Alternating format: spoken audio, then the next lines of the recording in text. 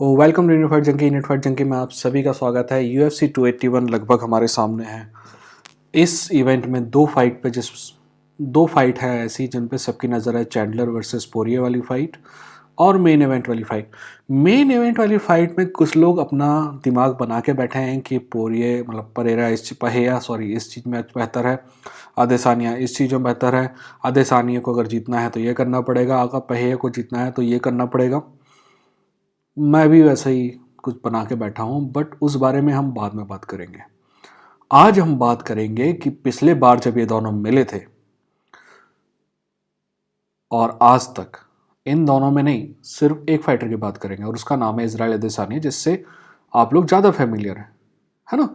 तो हमें क्या होता है कि किसी भी कहानी जब हम लिखते हैं या फिर कोई भी चीज़ हम बताते हैं तो हम किसी एक आदमी के पर्सपेक्टिव से बताते हैं, क्योंकि हमें पहिया इतना ज़्यादा हमारा उससे जान पहचान नहीं है, तो उसके पर्सपेक्टिव से अगर हम कहानी बताएं या बात करें थोड़ी अजीब सी लगती है। इसीलिए हम ये जो पूरी का बात करूंगा मैं कि तब से लेके अभी तक क्या हुआ है, वो इजराइल अदेसानिया के पर्सपेक्टिव से करूंगा। हम जानेंगे कि इजराइल अदेसानिया ने तब से लेके अभी तक क्या पाया है, क्या खोया है। हम जानेंगे कि तब से लेके अभी तक जितनी ये फाइट इजराइल अदेसानिया ने की है वो ज़्यादा टफर कंपटीशन था या पहले ज़्यादा टफ कंपटीशन था। हम ये बात करेंगे कि इजराइल अदेसानिया में पहले से क्या बेहतर है। हम ये भी बात करेंगे कि इजराइल अदेसानिया में अभी क्या कमज़ोर है। हम ये भी बात करेंगे कि इजराइल अदेसानिया को सबसे बड़ी थ्रेट क्या है। पर इन सब के बारे में बात करने से पहले आपसे रिक्वेस्ट है कि सब्सक्राइब करिए, सब्सक्राइब करके बेल आइकन में क्लिक करिए, क्योंकि ये मेरी गारंटी है कि अगर आपको एक्चुअल नॉलेज चाहिए एमएमए के बारे में तो ये सबसे बेहतरीन चैनल है। ठीक है, आप मुझे गलत साबित कर सकते हैं। सब्सक्राइब करिए, बेल आइकन क्लिक करिए। साथ में एक और रिक्वेस्ट है, आप जैसे ही मेरे डिस्क्रिप्शन में जाएंगे तो सबसे ऊपर एक लिंक होगी, वो मेरे दूसरे चैनल की लिंक है, एक वीडियो की जो मैंने कल परसों ही बनाया है। अगर आप थोड़ा बहुत भी दुनिया की पॉलिटिक्स और दुनिया के करंट अफेयर से थोड़ा बहुत भी इंटरेस्टेड है ना, तो उस वीडियो को जाके देखिए और अगर अच्छा लगे तो उस चैनल को भी सब्सक्राइब करिए। यही मेरी रिक्वेस्ट है, इसके अलावा कुछ नहीं है। चलिए आगे बढ़ते हैं। सबसे पहले बात करते हैं कि ये आदमी जिंदगी में पहली बार नहीं मिल रहे हैं, ये आदमी जिंदगी में दूसरी बार नहीं मिल रहे हैं, ये आदमी जिंदगी में तीसरी बार मिल रहे हैं। और ऐसा भी नहीं है कि ये बरसों पहले फाइट किए थे, चाल लाइक निक डियाज और नेट डियाज की फाइट के 12 या 17 साल बाद शायद सेकंड फाइट हुई थी, है ना। तो ऐसा भी नहीं है कि ये 10-15 साल पहले मिले हैं, ये सिर्फ 4 से 5 साल पहले मिले हैं। इनकी पहली फाइट जो है आज से 6 साल पहले हुई। इनकी जो लास्ट फाइट है वो आज से 5 साल पहले हुई, 2016 में और 2017 में। ठीक है, और ये इनकी तीसरी फाइट है। इन फाइटों के बारे में आपको दो अलग अलग तरह के विचार मिलेंगे। पहला ये कि यार पहिया तो है ना बिल्कुल निस्ते नाबूद कर दिया। दूसरा ये कि इजराइल अदेसानिया जो है ना वो दोनों फाइट जीतते जीतते रह गया। पहले फाइट में तो गड़बड़ हो गई और दूसरे साइड में उसको लकी पंच लग गया। ये दोनों ही विचार गलत है। दोनों ही फाइट मैंने 15-15, 20-20 बार देखे हैं और दोनों ही फाइट में इस बात पे कोई शक नहीं है कि कहीं भी गलत डिसीजन आया। ये बात अलग है कि जिस फाइट में इजराइल अदेसानिया नॉकआउट हुआ उस फाइट में actual Israel Adesanya was looking better, और जो फाइट डिसीजन पे गई थी वो भी बहुत क्लोज थी। पर इसका मतलब ये बिल्कुल भी नहीं है कि दोनों फाइट इजराइल अदेसानिया जीत रहा था और हार गया। फाइट क्लोज थी, कोई भी जीत सकता था। हाँ, और नॉकआउट वाली फाइट को आप कह सकते हैं कि इजराइल अदेसानिया ने भी कई पंच मारे जो ओपन थे, बट वो पंच पहिया को नॉकआउट करने के लिए केपेबल नहीं थे। वहीं पहिया का पंच जो है left hook, it was like a nuclear bomb. उसके बाद आदमी बिल्कुल फ्लैट ही पड़ गया। ठीक है, एक दूसरी बात जो इजराइल अदेसानिया के बारे में हम करेंगे, फिर उस फाइट के बाद जो लास्ट फाइट जिसमें नॉकआउट हुआ, उस फाइट के बाद इजराइल अदेसानिया ने किक बॉक्सिंग हमेशा हमेशा के लिए छोड़ दी, जबकि उस फाइट के 2 साल बाद तक पहिया फाइट करता रहा। पहिया को एमएमए में आए सिर्फ 3 साल हुए हैं, वहीं एलेक्स पहिया को एमएमए में आए सिर्फ 3 साल हुए हैं। वहीं इजराइल अदेसानिया 2012 से एमएमए में है, यानी कि लगभग 10 साल का एक्सपीरियंस है। और 10 साल के एक्सपीरियंस वाले आदमी के सामने ये कहना कि यार बस उसकी ना वो रेसलिंग जो है उसकी कमज़ोर है, या फिर कहना कि उसको रेसलिंग से हराया जा सकता है, हद से ज़्यादा बेवकूफ़ी वाली बात है। कोई भी आदमी 10 साल में से 10 साल लगभग अनबीटन रहा है मिडिल वेट में, तो अपन कह ही सकते हैं। लाइट हैवी वेट में हारा है। तो हम यान व्लाकोविच की बिल्कुल भी बात नहीं करेंगे, लाइट हैवी वेट की बात नहीं करेंगे। ये बात अलग है कि मेरा मानना है कि एलेक्स पाहिया मिडिल वेट का टूर्नामेंट मिडिल वेट जीतने के बाद लाइट हैवी वेट में अपना कैरियर एंड करेगा, अगर जीतेगा तो। और अगर नहीं भी जीतेगा तो भी वो शायद ट्रांसफर ले ले यहाँ से लाइट हैवी वेट में। नेक्स्ट, अब बात करते हैं क्या चेंज हुआ है। तो जो चीज़ चेंज हुई है वो सबसे ज़्यादा तो दिखाई देती है, वो है स्टाइल ऑफ फाइटिंग। ठीक है, अब कहा जाए कि फाइट के बारे में क्या चेंज हुआ है, तो स्टाइल के बारे में क्या चेंज हुआ है, तो स्टाइल के बारे में अब अगर पूछा जाए कि स्टाइल के बारे में क्या चेंज हुआ है, तो जो चीज़ स्टाइल के बारे में बहुत सिंपल तरीके से कही जा सकती है कि इज़राइल अदेसानिया कहीं ज़्यादा डिफेंसिव फाइटर है, या फिर दूसरे शब्दों में कहा जाए तो इज़राइल अदेसानिया कहीं बेहतर काउंटर पंचर है। ठीक है, अब लोग कहते हैं कि ये स्टाइल चेंज है, मेरा ये मानना बिल्कुल भी नहीं है।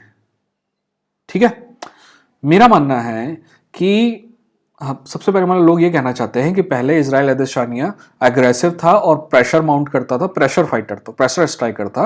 अब इज़राइल अदेसानिया काउंटर स्ट्राइकर है। ठीक है, लोग ये कहते हैं, पर मैं इस बात से सहमत बिल्कुल भी नहीं हूं। मेरा विचार थोड़ा अलग है, मैं समझाता हूं। देखिए, किक बॉक्सिंग में प्रेशर फाइटर होना आसान है, क्योंकि आपको टेक डाउन का कोई थ्रेट नहीं है वहां पे, इसलिए आप भड़बड़ा के आगे जा सकते हैं, रेंज पे आ सकते हैं, तो कोई दिक्कत नहीं है। बट एमएमए में ये करना गलत है, आप समझ रहे हैं। वहां टेक डाउन का थ्रेट नहीं है, इसलिए आप आसानी से प्रेशर फाइटर हो सकते हैं। वहीं पे एमएमए में आप जो है क्या कहते हैं, एमएमए में प्रेशर फाइटर होना मुश्किल इसलिए है क्योंकि टेक डाउन थ्रेट रहती है। अब एक और चीज जो है, हम ये कहेंगे कि ये जो ट्रांजिशन है ये हमेशा से रहा, नहीं। मेरा मानना है कि इज़राइल अदेसानिया केविन गैसलम की फाइट तक एक किक बॉक्सर की तरह फाइट करते रहा। वो अंदर रेंज में जाता था और फाइट करने की कोशिश करता था। इज़राइल अदेसानिया को यान ब्लॉकोविच के पहले अगर कोई हराने के सबसे करीब आया है एमएमए में, तो वो है केविन गैसलम। उस फाइट को आप देख के नहीं बोल सकते कि जो फाइटर ने केविन गैसलम से फाइट की थी, सेम फाइटर योल रोमेरो के साथ फाइट कर रहा था। दोनों में जमीन आसमान का फर्क है। एक फाइटर अंदर जाता है, प्रेशर फाइटर है, एक किक बॉक्सर की तरह, वहीं दूसरा फाइटर वेट करता है सामने वाले के पंच के ताकि वो काउंटर पंच कर सके, एक एमएमए स्ट्राइकर की तरह। ठीक है, तो मेरा मानना है कि केविन गैसलम की फाइट के बाद परफेक्ट तो नहीं बट बेटर एमएमए फाइटर बना है इज़राइल अदेसानिया। पर फर्क at the end of the day बहुत साफ है। इज़राइल अदेसानिया आपको प्रेशर नहीं देगा। एक और बारे में बात बता दूं आपको, इज़राइल अदेसानिया पहले से कहीं ज़्यादा डिसिप्लिन फाइटर है। इस बारे में भी हम बात करेंगे। ठीक है, अब हम बात करते हैं कि पहले से क्या चीज़ है जो इज़राइल अदेसानिया में बेहतर है। पहले से बेहतर है इज़राइल अदेसानिया में क्या होता है कि एक फाइट आईक्यू नाम की चीज़ होती है। फाइट के बीच में क्या होता है कि अपन जब कभी आप और मैं ना कभी ज़िंदगी में लड़ाई किए होंगे, तो हमें ध्यान होगा कि जब हम फाइट करते हैं ना, तो हमारा दिमाग काम करना बंद कर देता है, वो बस इंस्टिंक्ट में हम चले जाते हैं। बट वो आदमी जिसका दिमाग तब भी चलता रहे और वो सोचे कि ऐसा मारूंगा तो ऐसा होगा, वैसा मारूंगा तो वैसा होगा, ये करना चाहिए मेरे को और वो करना चाहिए, that is called fight IQ. जो अंडर प्रेशर भी डिसीजन लेने की क्षमता है, that is called fight IQ. और इज़राइल अदेसानिया में ये है। इज़राइल अदेसानिया के पास सीकेबी जो सिटी किक बॉक्सिंग है उसका बेहतरीन मैनेजमेंट है, जो बेहतर, एक बात है ऑनेस्टली मेरा मानना है कि ज़्यादा दिमाग वाले लोग इज़राइल अदेसानिया के पास हैं सीकेबी में, वहीं ज़्यादा एक्सपीरियंस वाले लोग पहिया के पास हैं ग्लोबर तिसेरा के जिम में। देखना होगा कि क्योंकि ग्लोबर तिसेरा का जिम भी कमज़ोर नहीं है। तो बेहतरीन स्ट्रेटजी बना सकते हैं और उस स्ट्रेटजी को इम्प्लीमेंट कर सकते हैं। स्ट्रेटजी हर कोई बनाता है, पर जैसे माइक टाइसन ने कहा कि everybody has a strategy until they get punched in the face. But Israel Adesanya ने एक बार नहीं बार बार साबित करके दिखाया है कि वो स्ट्रेटजी को इम्प्लीमेंट कर सकता है। इस बारे में हम आगे बात करेंगे। दूसरी बात, जो इजराइल अदेसानिया पहले से एक चीज बेहतर है वो है डिसिप्लिन। इजराइल अदेसानिया खतरनाक डिसिप्लिन फाइटर है। और एक फाइटर जो आपको सबसे बोरिंग लगती है ना, इजराइल अदेसानिया, वैसे इजराइल अदेसानिया की बहुत सारी फाइट बोरिंग है, सच बात तो ये है। यहाँ पे नहीं, किक बॉक्सिंग में भी जो second leg of kick boxing है उसमें कई फाइट बोरिंग है, आप देखिएगा। तो पर यहाँ पे एमएमए की बात करते हैं। एक फाइट है जो इजराइल अदेसानिया के परफेक्ट डिसिप्लिन के पहले है और इजराइल अदेसानिया के परफेक्ट डिसिप्लिन के बाद है।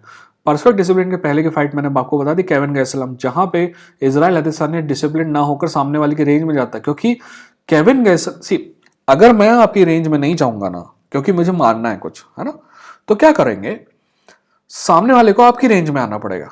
और वो तभी आ पाएगा जब वो माइक टाइसन टाइप पिकाबू फाइटर हो, यानी कि उसके पास बेहतरीन स्ट्राइकिंग एबिलिटी हो। पर जब आपको पता है कि केविन गैसलम के पास वो बेहतरीन स्ट्राइकिंग कैपेबिलिटी नहीं है, तो आप आसानी से फाइट जीत जाएंगे अगर आप उसकी रेंज में जाए ना। फिर भी केविन गैसलम की रेंज में इजराइल अदेसानिया खुद गया और ब्रॉलिंग किया।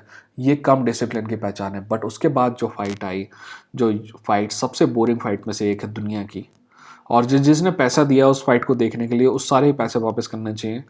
और वो फाइट है योएल रोमेरो वर्सेस इजराइल अदेसानिया। अब देखिए कि इजराइल अदेसानिया दोनों एक दूसरे की रेंज से बाहर ही रहते हैं, but Yoel Romero perfect discipline दिखाता है उसकी रेंज के अंदर नहीं जाके, वहीं इजराइल अदेसानिया परफेक्ट डिसिप्लिन दिखाता है योएल रोमेरो की रेंज में नहीं जाके। आप समझ रहे हैं, बोरिंग है बट डिसिप्लिन है। कार्ला एस्पार्जा की फाइट जो हुई थी वो बोरिंग थी बट डिसिप्लिन थी, है ना। खैर, अपन डिसिप्लिन फाइट देखने के लिए कोई पैसा नहीं देता है, लोग एक्साइटिंग फाइट देखने के लिए पैसा देते हैं। बट जो तारीफ की बात है वो तारीफ की बात है। और एक और बात है एंड में जो अच्छी है इजराइल अदेसानिया के लिए, कि इजराइल अदेसानिया के पास चैंपियन होने का एक्सपीरियंस है। पहेया के पास भी है, पर किक बॉक्सिंग का चैंपियन होना और यूएफसी के चैंपियन होने में फर्क है। 2012 के पहले किक बॉक्सिंग का चैंपियन के पास ज्यादा ग्लैमर था। 2012 में किक बॉक्सिंग के चैंपियन और यूएफसी के चैंपियन के पास बराबर का ग्लैमर था। पर 2012 के बाद चीजें जो है वो आगे बढ़ जाती हैं। यूएफसी का चैंपियन बड़ा स्टार है दुनिया में, किक बॉक्सिंग के चैंपियन अभी आपको नहीं पता होगा कि कौन है। There is a difference. तो चैंपियनशिप के साथ जो चीज आती है ना, वो ये है कि इजराइल अदेसानिया के पास ये क्षमता है कि वो कैसे प्रेशर को सहन कर सकता है और अंडर प्रेशर कैसे परफॉर्म कर सकता है। और ये बात इजराइल अदेसानिया में है, डिसिप्लिन है, प्रेशर सहने की क्षमता है और बेहतर फाइट आईक्यू है। ठीक है, अब किन बातों में इजराइल को दिक्कत हो सकती है। पहली बात, फिर से मैंने कहा, एक जगह मैं कह रहा हूं कि प्रेशर के अंदर परफॉर्म करने की क्षमता है इजराइल अदेसानिया में, but at the same time pressure Israel Adesanya के पास बहुत ज़्यादा होगा। पहला कारण, इजराइल अदेसानिया चैंपियन है, वो डिफेंड कर रहा है। दूसरा कारण, इजराइल अदेसानिया के पास लोगों को गलत साबित करने का प्रेशर होगा, क्योंकि इजराइल अदेसानिया ऑलरेडी 2 फाइट हार चुका है इस आदमी से। और तीसरी बात, जो शायद बहुत से लोगों को अच्छी ना लगे, पर मैं बताता हूँ। तीसरी बात, और बहुत से लोगों को ऐसा लगे कि यार ये बात तुमको पता है, ये दोनों चीज़ें हो सकती हैं। तीसरी बात, इजराइल अदेसानिया से बेहतर स्ट्राइकर है पहेया। एलेक्स पहेया इजराइल अदेसानिया से बेहतर स्ट्राइकर है, मुझे इस बात पे कोई शक नहीं है। पर हमेशा बेहतर स्ट्राइकर नहीं जीतता है, हमेशा बेहतर फाइटर नहीं जीतता है। फाइटर वो जीतता है जो उस दिन बेहतर परफॉर्म करता है। और राइजिंग टू द ओकेजन की जो मेरी थ्योरी है, Israel Adesanya always rises to the occasion. अब मैं क्यों कह रहा हूं कि वो बेहतर स्ट्राइकर है, मैंने ना सिर्फ इन दोनों की फाइट देखी एक दूसरे में, बल्कि मैं और भी रिसर्च की है। मैंने ढूंढ निकाला कि इजराइल अदेसानिया यहां पे एक बार हारा है यान ब्लॉकोविच से, किक बॉक्सिंग में 4 बार हारा है। ठीक है, 5 बार हारा है शायद, हाँ 4 या 5 बार हारा है। 5 में से 2 बार तो इसी से हारा है, एलेक्स पहेया से।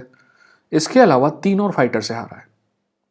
नंबर 1 फाइटर है फिलिप वेंडरलाइन, आपका नीदरलैंड का है। दूसरा फाइटर है साइमन मार्कस और तीसरा फाइटर है जेसन विलनेस। तो फिलिप वेंडरलाइन को तो भूल जाते हैं क्योंकि उसने बहुत पहले हराया था। 2 फाइटर जो रिसेंटली हराए हैं अदेसानिया को, वो है जेसन विलनेस और साइमन मार्कस। ध्यान से, जेसन विलनेस, साइमन मार्कस।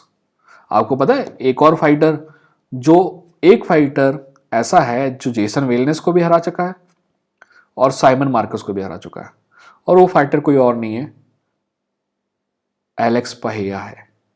समझ रहे हैं आप? उस आदमी ने न सिर्फ इजराइल अदेसानिया को हराया है, बल्कि जो दूसरे लोग इजराइल अदेसानिया को हरा चुके हैं ना, उनको भी हराया है। तो जहां तक कि बॉक्सिंग की बात है, एलेक्स पहेया is little bit better, but better. But and the मतलब हम बात करेंगे आगे फाइट का जब एनालिसिस करेंगे, क्योंकि सिर्फ किक बॉक्सिंग नहीं है, दुनिया भर की चीज़ें, एमएमए की बात कर रहे हैं। पर फिलहाल मेरा ये विचार है। पर इन दी एंड फाइट की दुनिया में, फाइट में दो पेपर नहीं फाइट करते हैं, दो रिकॉर्ड फाइट नहीं करते हैं, दो इंसान फाइट करते हैं। मैं ये बात हमेशा बोलता हूँ, बट ये बहुत इंपॉर्टेंट है, ठीक है। और इंसान has quality to rise to the occasion. कौन राइज ओकेजन पे राइज करता है ये तो फाइट के दिन पता चलेगा, पर हम एनालिसिस उसके 1 या 2 दिन पहले करेंगे, ठीक है। तो तब तक आप वीडियो में बने रहिए। और हाँ, मैंने एक वीडियो बनाया है दूसरे चैनल के लिए जो मेरे ही है, वो उसका लिंक कमेंट सेक्शन में है, आप कोशिश करिएगा उसको देखने के लिए, ठीक है। नहीं लगे अच्छा तो कोई बात नहीं है, बट आप कोशिश करिएगा उसको देखने के लिए। उम्मीद है आपको पसंद आएगा। हमारे साथ बने रहिए। ये था इंडियन फाइट जंगी। टेक केयर, मिलते हैं अगले वीडियो में।